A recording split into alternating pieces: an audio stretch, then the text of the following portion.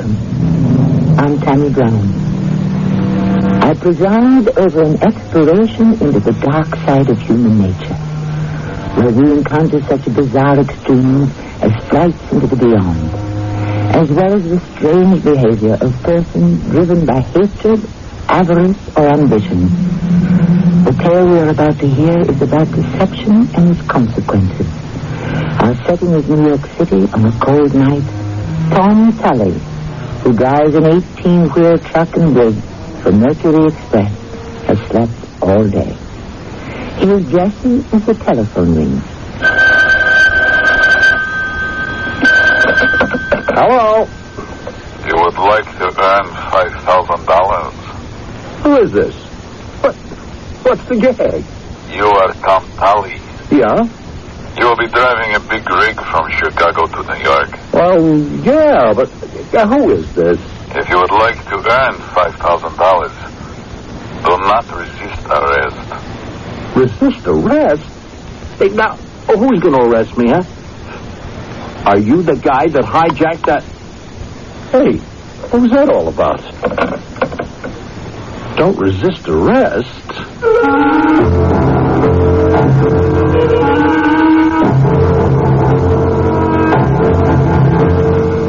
Our mystery story, Code Word Caprice, was written especially for Mystery Theater by Roy Windsor and stars Bernard Grant and Bird Batista. I'll be back shortly with Act One.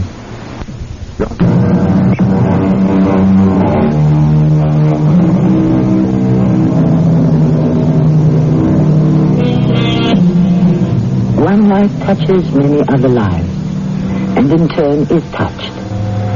What often seems to be a coincidence can be explained by the interaction of human forces. Because of a flat tire, a man takes a late train into the city. On the train, he meets a man he has only nodded to in the past. They sit together. As a result of their conversation, the possibility of a better position presents itself. You take it from there. That is why that mysterious phone call to Tom Tully was not a coincidence. Neither is his visit an hour later to a young French woman who lives on East 61st Street.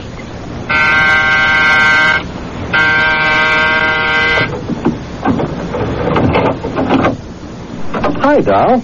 Oh, darling, you? Are you not driving to Chicago? I didn't expect you. And I didn't expect to be here. Oh, well, come. Sit and explain, Tom. Well, this is a beautiful place you got, Yvette.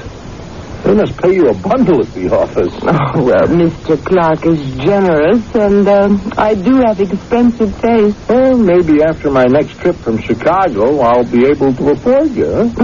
So? Yeah, an hour ago, some guy with a foreign accent told me I could earn $5,000 if I did not resist arrest. I do not understand. Oh, well, neither do I. That is all he said? Do not resist arrest? And you do not know this foreign man? No. And how does he know me and that I drive a rig? How could he know my telephone number? Am I being set up for a hijack? Oh, no. Then what's it all about? I'm driving to Chicago in an hour with a big load of plastics and then returning with a refrigerated rig packed with meat. And if I don't resist arrest, I get $5,000. Who from? How? Oh, it worries you. Yeah.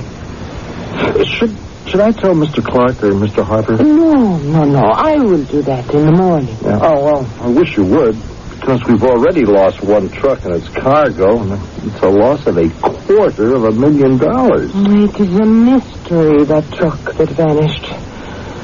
Tom. What would you do? Well, drive the rig and see what happens. The $5,000 would be very nice, Tom. Oh, sure. It's mine, just not to resist arrest. It's crazy. And you will tell Mr. Clark? Oh, of course. Good. Well, I'm on my way. I'll report the offer to Foley at the garage.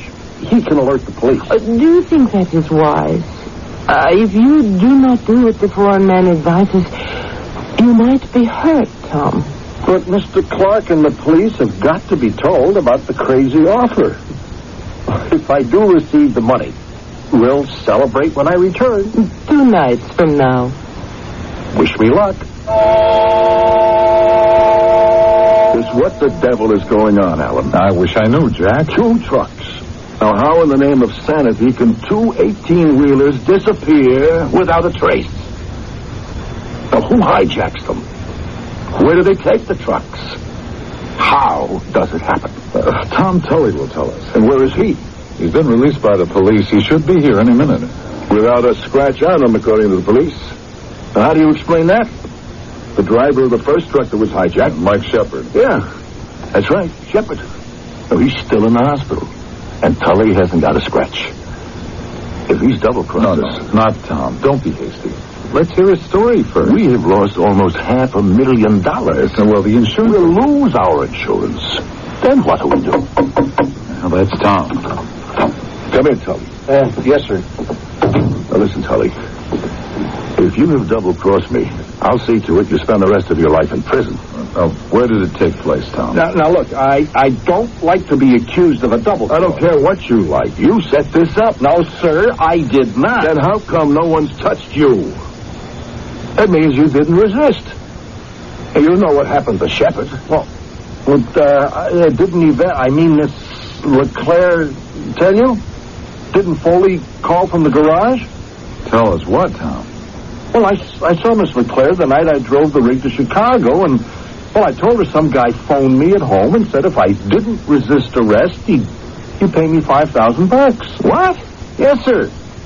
Some guy with a foreign accent. He said I'd be arrested and that if I didn't resist... You'd receive $5,000. Yes, sir, that's it, Mr. Judas Priest, is this right? Yes, sir. Now, I told Miss LeClaire to tell you, and I told Foley at the garage and asked him to inform the police. You better sit down, Tom.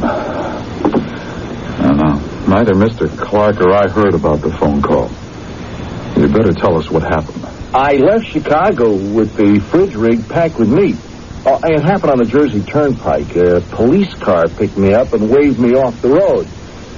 2 cops ordered me out of the truck cab. Well, then what? Well, while I was asking why I'd been stopped, one cop grabbed me from behind and the other put a hood over my head. And when they tied me up, they locked me in the back of the patrol car, slammed the door, and then took off in the truck. Why didn't you resist? Well, I struggled. I tried to yell, but it happened so fast that I didn't have a chance to resist. Well, if you carry an iron rod in your cab... Sure, but I was flagged down by a police car. Tom, tell me about that phone call. I just don't understand it. This foreign character knew my phone number and that I drove a big rig and wouldn't give me his name. I thought it was a gag. And then he said... Do not resist arrest, then you'll make $5,000. Well, if I do get the $5,000, it's yours, Mr. Clark. Tom, is all of this straight? Don't you believe me? I want to, Tom. 2 hijackings can put us out of business. Well, if Tom's telling the truth, Jack, and I think he is, we know one thing. The patrol car that flagged him down is a phony. And the car and the guys in it.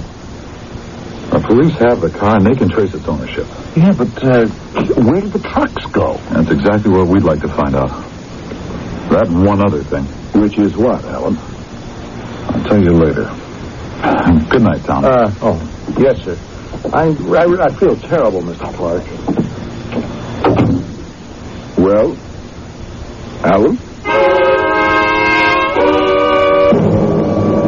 I cannot believe it, Tom. It was in my apartment when I went home to change. 5,000 big ones. Oh, we celebrate, we? Well, I'm turning it over to Mr. Clark. Oh, but that's silly. No. I told him about it.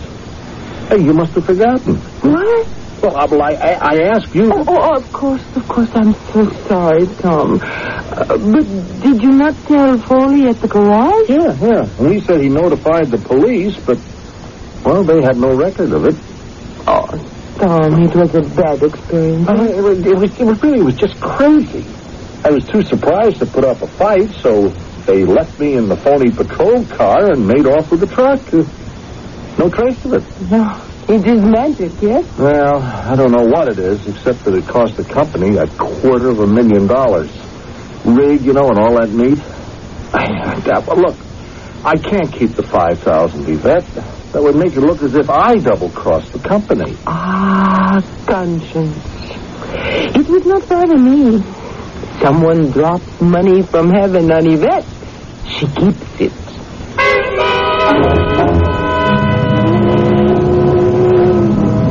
Good evening, Cash. Mr. Torquay, You weigh anchor when? within the hour. The shipment is safely aboard. Already the painter's artwork. Then I wish you a safe voyage. Thank you. You have the money? It is in the false bottom of this case. Thank you. Munitions are at a premium, Mr. Torquay. Of that I am well aware. A shipment is not easy to predict. And the Señoras is in port for a week. I will see. If you should be boarded before you've cleared the port, you know what to do. It would be no problem. We carry much other machinery. Well, good night, Captain. Good night. Have a seat, Lieutenant. This is Ellen Harper, my assistant. Hello, my name is Mullins. At the moment, Lieutenant, my opinion of the police department is not a happy one. Sir, I understand. 2 rigs and their cargo hijacked and not a trace of them. The losses have just about put us out of business. Have the police any explanation at all? Several, Mr. Clark. We've questioned Tom Tully closely. Now, either he's an expert actor or he's innocent. You don't question his loyalty. The police do. He claims to have reported a $5,000 offer before he drove to Chicago. Your secretary forgot to tell you, and your dispatcher Foley claims he notified the police, but there is no record of the call. A final point. When his rig was hijacked, Tully wasn't harmed. Then Tully is still a suspect. Even though he offered to hand over the $5,000 to me? That could be a red herring, Mr. Clark. His offer is a gesture. And to the gang that's behind these hijackings, $5,000 is pin money. You said you had several explanations. That's right. One is this. If a gang is behind this, it's got access to some big storage garages. Your rigs are driven to one of them and repainted and then used or sold. And another explanation. You've got an informer working inside here in your office, Mr. Clark. Why do you say that? How many trucks in your fleet? 20. Not all at use at once. What do they haul? Everything. Food, machinery, appliances, textiles, everything. Munitions? On occasion. The 2 trucks hijacked carry food. No other trucks have been touched. Well, what's your deduction from that, Lieutenant? Well, there are mercenaries everywhere, and food is a weapon. Now, in our opinion, there's a mercenary behind the hijacking. Someone paid to hijack food and munitions. Caribbean is the market for those stolen goods. And our truck? Food stuff is transferred to other trucks, and yours are cannibalized or sold. And those food shipments are smuggled aboard freighters, and that is our guess, sir. Whoever the mercenary is, he knows when one of your rigs is picking up food or munitions. I can almost bet that when you next haul guns and ammo from the Middle West to New York, that truck will be stopped. And someone in your company supplies the information about what the rigs are carrying. Oh, that could be any one of 100 persons here or at the pickup points. it's like finding a needle in a haystack. Well, we understand how deeply you're concerned, Mr. Clark. We are, too. I came here to tell you that we are working hard on the problem. And with your permission, we'll place a trained investigator in your garage or in your office. No. Not yet. Mr. Harper and I will think over what you said, and then we'll decide if we want to accept your offer. Thank you for it. Well, you're welcome. I'll say good night, sir. Good night, Lieutenant Mullins. Good night. Alan, that shocked me. I mean, this idea of an informer. What do you think of it? I don't like it, but it's possible. We have to leave it in the hands of the police, Alan. Well, I'm not so sure. I'm beginning to have an idea.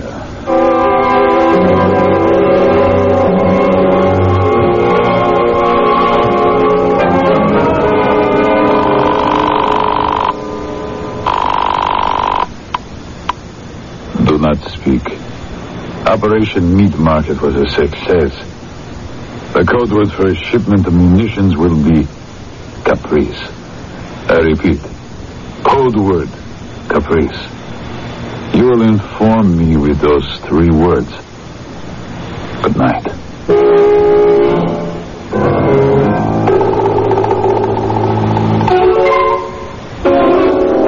As I said earlier, you cannot rule out coincidence as a factor in each of our lives.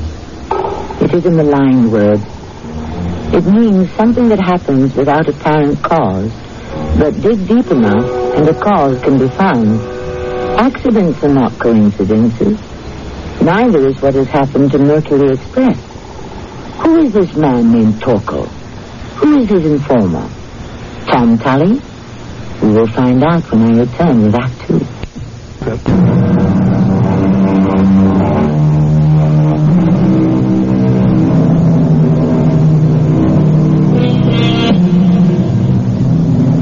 Suspicion breeds distrust.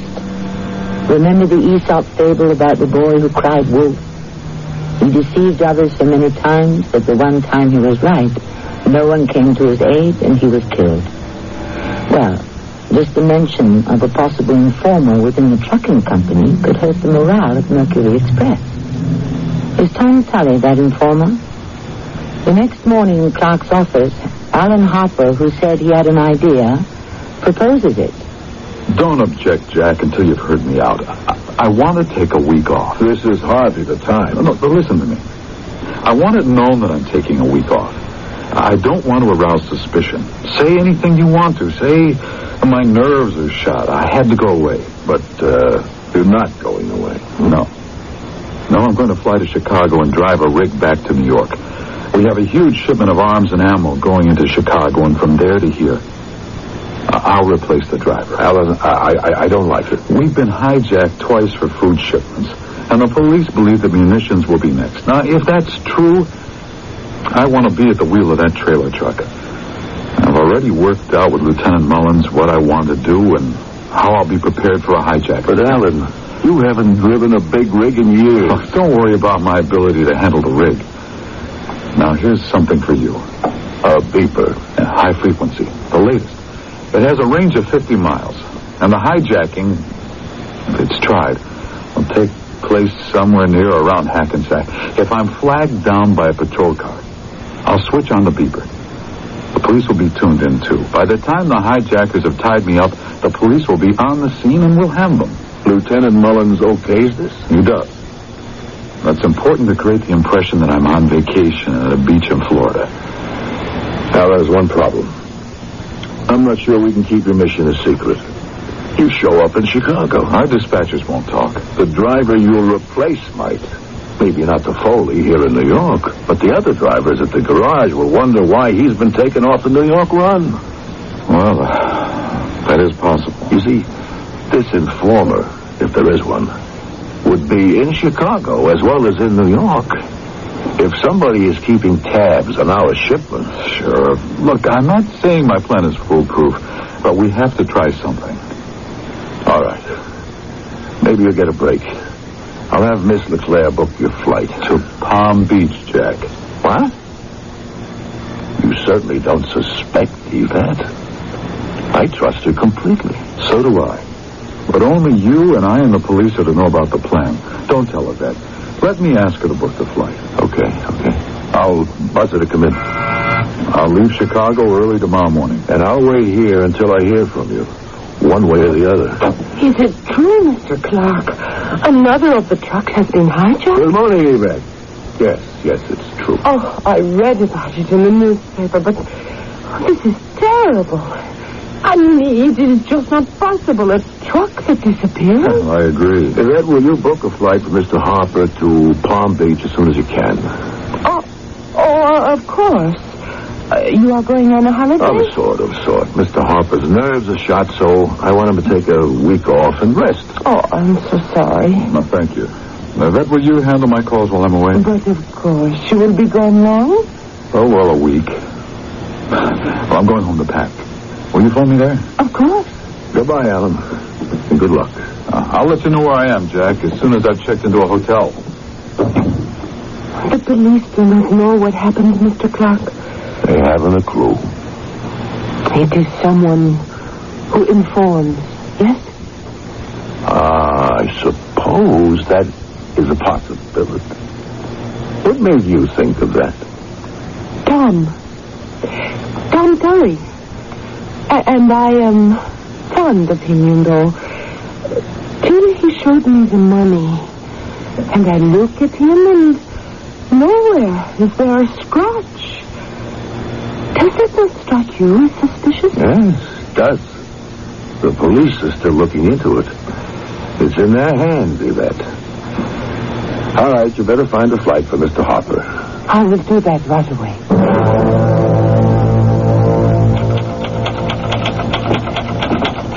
Oh, good morning, Yvette. Oh, let me take you to lunch, doll. What are you doing here? I am told the police continue to ask you questions. Yeah. I just came from the police. So? Well, they can't get it through their thick heads that I'm innocent. Well, I am thinking about what you told me. The man with the foreign voice, the $5,000, and then the hijack, and you with not even a bump on the head? You think I made that up? Well, it is a strange story. Huh? It's the truth. Maybe? Look, I showed you the money. I got it with me. You will give it to Mr. Clark? Well, I said I would, and I'm going to. Oh, Tom, it is not $5,000 that Mr. Clark wants. It is to solve the trucks that disappear. He's very distressed. And Mr. Harper is so upset he is going for a rest to Florida. Well, I just saw him, and he looked fine to me. He said he'd see me in a day or two. Oh? Well, he didn't seem upset. He's worried about that munition shipment from Chicago. He said that? Yeah, big rig is coming in New York tomorrow night. Look, if you don't have lunch with me, how about dinner? Huh? Perhaps. We will see. Mr. Clark might work late. Will you buzz him and ask him if I might see him? Thank you, Tom. I wish I knew whose money this is. Well, all I know, sir, is this guy with the foreign accent said I'd get it, and there it was in my apartment. You think I'm mixed up in this scam, Mr. Clark? No. The circumstantial evidence is against you. But if you were an informer, I don't think you would have told Miss LeClaire and us about it. You trust me, sir? Yes, I do. Well, Mr. Harper trusts me, too. He gave me kind of an assignment. Oh? What was it? Well, I can't tell you, except... Well, I'm going to do a little listening. See if I can pick up anything around the company and in the garages. How much did Mr. Harper confide in you? Enough so I might get something started. You know, he's on his way to Palm Beach. Yeah, nerves. But he hasn't got any nerves, Mr. Clark.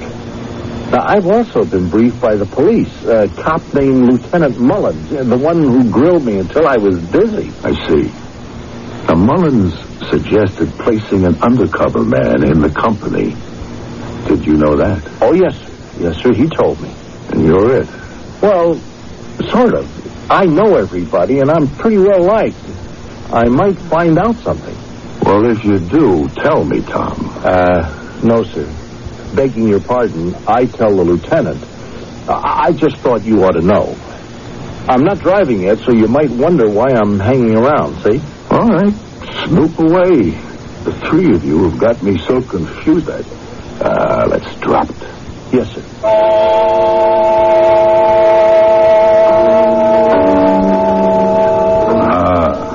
Splendid. Caprice tomorrow night.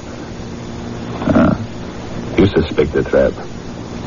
A signal device from the rig to the police? Thank you. It can be neutralized, but we will have a surprise ready for them. Yes, be at home tomorrow night, and I will give you a report. So... Olga, I wish to speak with the captain of the SS Sinharas. Find him. It is vital. He must be prepared.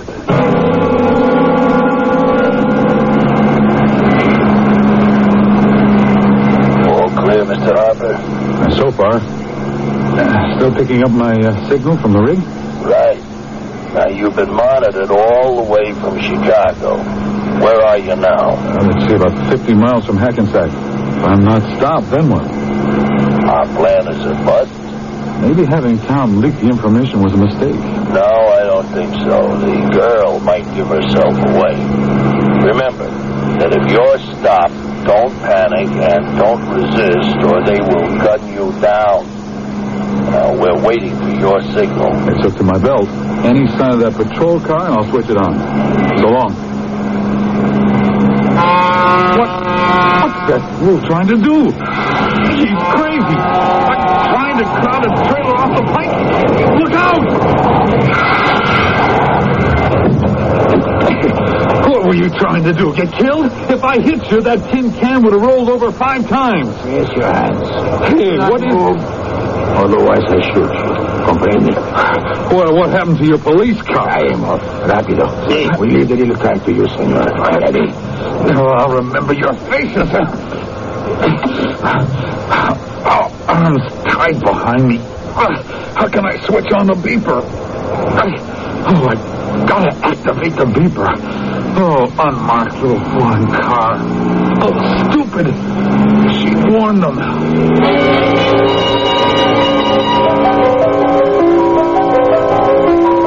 I think that'll be all for tonight, Yvette.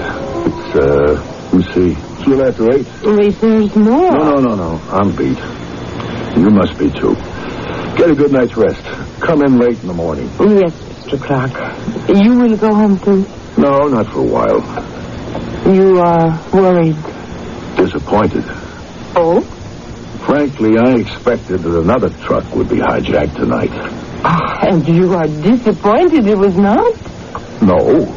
Well, I mean, in a way, yes, because we were prepared for it. I thought we might catch the hijackers. Well, I will say good night, Mr. Clark. Good night, Yvette. And thank you for your help. Hi, Doll. Tom! Hey, you remember my invitation to dinner? I am so sorry, dear Tom, but I am very tired and I have a nasty headache. You will forgive me. Oh, sure. You want me to drive you home? No. I will take a taxi. Yvette! Oh, it makes me jump from my skin. Yes, Mr. Clark. Listen. Did it happen, sir? Listen. What does that mean? Another truck's been hijacked. Mullins was right. Call the police, Yvette. I want to speak with Lieutenant Mullins. Yes, sir. That beeping, it means a hijack? Oh, no, it means more than that. It means they've got the hijacker. I will phone from my desk. Did you mean that, Tom? No, sir. But that's what I was told to say. Oh, Tom, this has got me dizzy. Me too, Mr. Clark, but it's all part of the plan that Mr. Harper and Lieutenant Mullins worked out. I have the lieutenant, Mr. Clark. What's happened, Lieutenant? Harper's rig got hit, but not by a police car. 2 guys. One spoke. He was Hispanic, that's Harper's guess. Now, they blocked the trailer, and when he stepped out, they held a gun on him and tied him up. He activated the beeper with his foot. In the 20 minutes it took him to do that, the truck was driven off. So Harper's okay? Sure. Angry with himself, but he wasn't hurt. Did Tom do what he was supposed to do? Just yes or no will do. Yes. Well, wait there for me to pick you up. Don't ask any questions. Tom will explain. Understood? I don't understand anything. Be down in front of your building in 10 minutes. I'm on my way.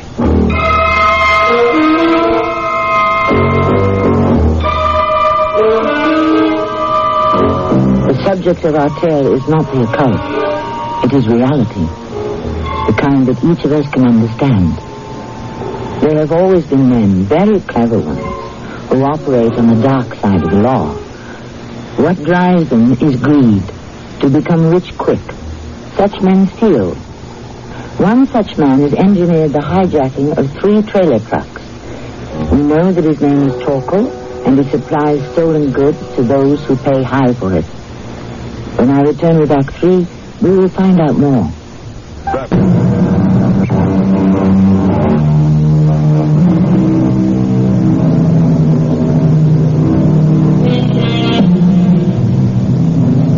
Some persons cannot resist the temptation to steal.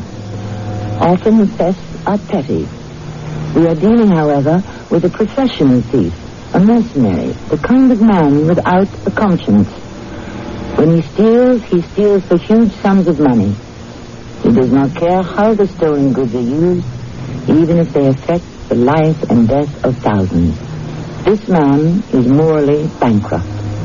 Moments after Clark received instructions from the police, Yvette exclaims, "The police rescued Mr. Harper?" Harper? Mr. Harper's in Palm Beach? Oh, he did not go to Palm Beach. He went to Chicago. How do you know that? But Tom here told me. Tom, come again? All I said was that Mr. Harper looked okay to me. Oh, but they know in the garage that Mr. Harper is driving a trailer with ammunition. You seem to know an awful lot, Miss LeClaire. Who in the garage told you? Well, it was being talked about. Some scheme to trap the hijackers. Really? That's more than I know. It doesn't matter, Mr. Clark. Mr. Harper's okay, and the police arrested them and saved the rig. Now they'll be squeezed for the name of that foreign guy who's behind them. Yeah, I think we'd better get down to police headquarters. Your loose tongue could have cost Harper his life, Tom. You have some explaining to do. You will not want me to stay, Mr. Clark. No. You go home. I've kept you long enough. I'm sorry about dinner, Yvette. I'll stop by later and tell you what happened. No, please. I am very tired. I will go home and go to bed early. All of us will sleep better tonight. All right, Tom. Let's go. Where was Mr. Harper stopped, Mr. Clark? Must call.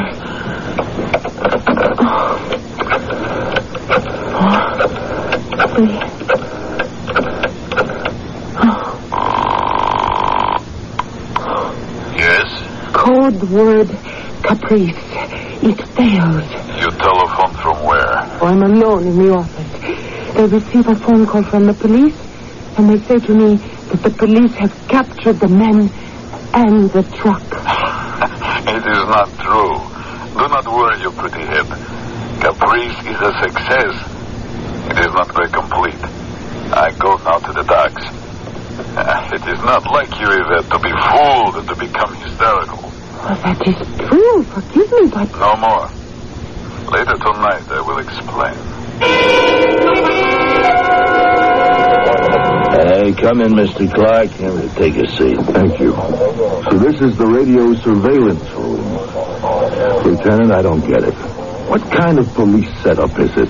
And where is Harper? You sure he's all right? Oh, he'll be here soon. What went wrong, Lieutenant? Well, the hijackers blocked out the truck signal device about 40 miles outside Hackensack. Now, Harper was crowded off the road by a small foreign car. It was that, or he'd have rolled it over. Harper lost his head. He jumped out and went for him. It was a while before he managed somehow to activate the beeper on his belt. By that time, the truck had been driven off. So they've gotten away with it again. It is not over yet, sir. That trap didn't work. I hope the other one will. Tom did enough gossiping so that Miss LeClaire relayed the information that the police had set a trap. When we left her, she believed that the hijackers had been arrested. And that means that sometime tonight, she will receive a report from the man behind the operation that the job was a success. Now, that's why we've got a wiretap on her phone. I see. We'll monitor her phone constantly, and tape recording is already operational. It might be a long wait, so if you'd like to get a night's rest... No. I'm staying.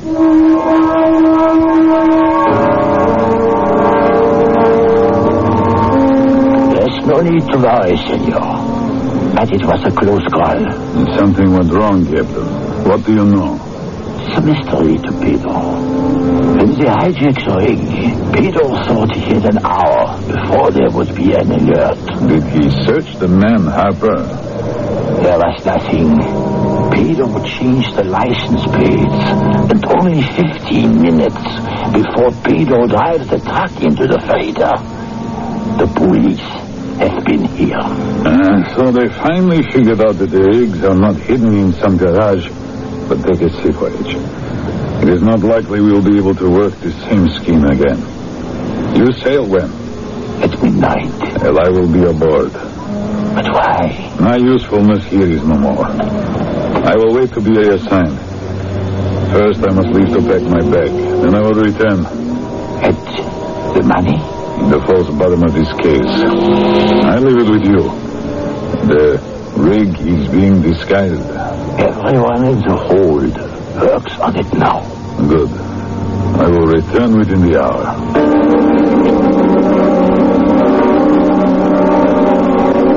It's 10:35 and still no call. You can be sure that Mr. Leclerc is not gone to sleep now. All we can do is wait. Mr. Harper? Yes? You should see Beth's place. You'd think she earned $100,000 a year. Well, maybe she does, Tom. Is that what made you suspicious of her? No, sir. I just wondered about it. You see, actually, it was her attitude about the $5,000 I was offered and paid. Keep it was her idea.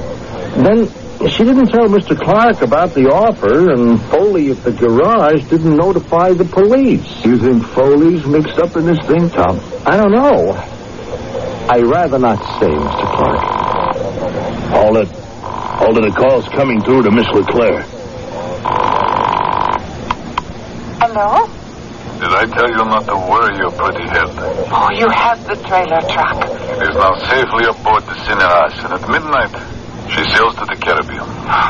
I was worried. You must never worry. You must trust Sir Antonio. You said that Mr. Clark and the police lieutenant have gone to the police? At the time I telephoned you. It is dangerous to telephone. I hesitated to place this call. But I wanted you to know that when the Cineras sails, I sail with it. Oh, no. But yes, my dear, we have been successful. It is a mistake to crowd good fortune. I will be reassigned, and then I will need you again. Perhaps in a month or so we will work from Marseille. Oh, I would like that. That's the voice of the guy who offered me the $5,000, Lieutenant. We'll flood the docks with police. Harper and I will pay a visit to the Cineras and introduce ourselves to the captain and to Torco. That's a nice way of putting it. Well, I'll leave Miss Leclerc to you and to Tom. The police will be waiting outside.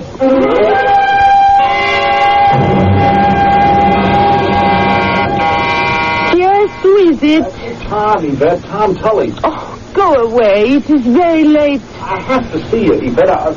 I'm in trouble. Oh, well, come in then. Thanks. Is someone with you? Mr. Clark.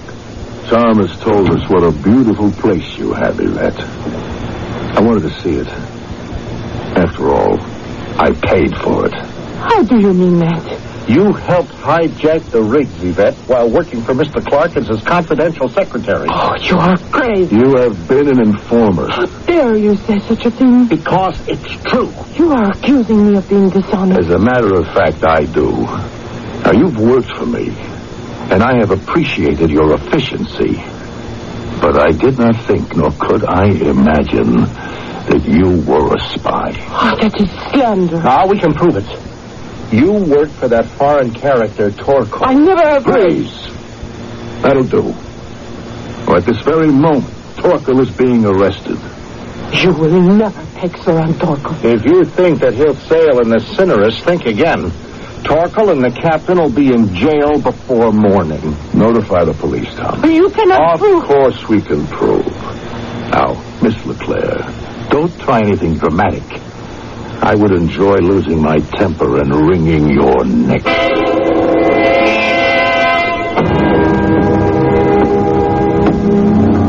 First, the captain. Then Torkel, if he's aboard.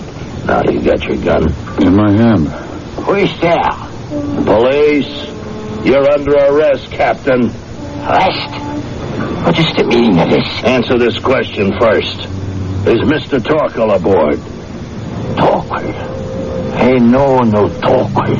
He's sailing with you, Captain. I should say that he was sailing with you. This ship is not leaving the harbor. You do not dare stop me. Don't try anything. Now, you lead me to Torkel's captain. Now, he's the man I want.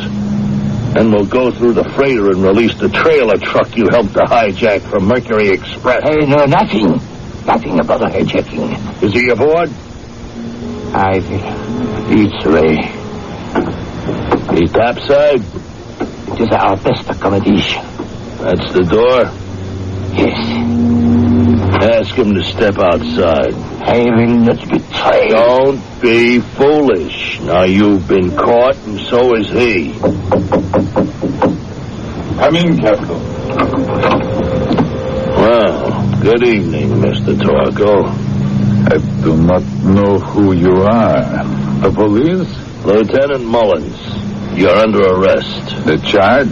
Engineering the hijack of 3 trucks from Mercury Express and smuggling them and their cargo onto foreign freighters for sale abroad. That is an absurd charge, Lieutenant. We already have a confession from Yvette Leclerc. That I do not believe. Now, are you coming quietly? Thinking of him, Captain. Don't try it, Captain. Look out, Torkel's got a knife. You all right, Alan? Yeah, sure. I give the captain a tap on the skull. He's resting quietly. But what about Torkel? I shot him in the arm. He won't be throwing a knife for a while. You will not get away with this. Why not? After we squeeze the information out of you about who's behind the hijackings, no one will come to your defense. You are expendable, Torkel. My head. Well, the captain's coming around, Lieutenant. Well, get him to his feet. Turn him over to one of my men. Come on, Torkel. Come on, outside. You will regret this. I heard that before. This wraps it up, Lieutenant. You'll be getting the truck back, Mr. Harper. And you'll surely get the insurance money for the others. Now, these 2 will be in for a very long stretch. Code word Caprice. Fell on its ugly face.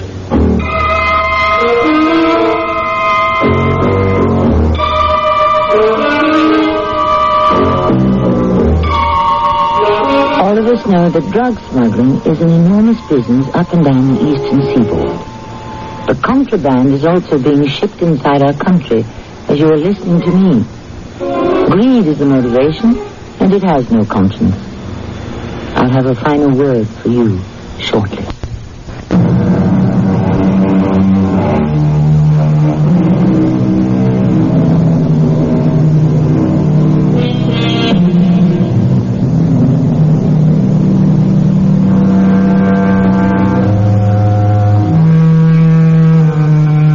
Contraband, meaning illegal or prohibited commerce, is inescapable as long as men devise ways to obtain something for nothing.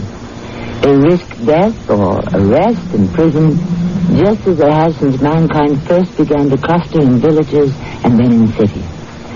It is, I fear, an incurable compunction. A beast is but like itself, but an evil man is half a beast and half a devil.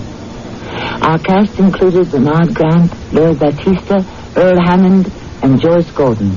The entire production was under the direction of Hyman Brown. This is Tammy Grimes, inviting you to return to our Mystery Theater for another adventure in the macabre. Until next time, pleasant dreams. This is Norm Hitzkes. Ever thought about an all-star game featuring baseball's best all-time players? Johnny Bench is behind the plate. Christy Matheson is prepared to face Mickey Mantle up there. Mantle will bat from the left-hand side. He's a switch hitter. 2 men on base. Jimmy Fox takes the lead now at first.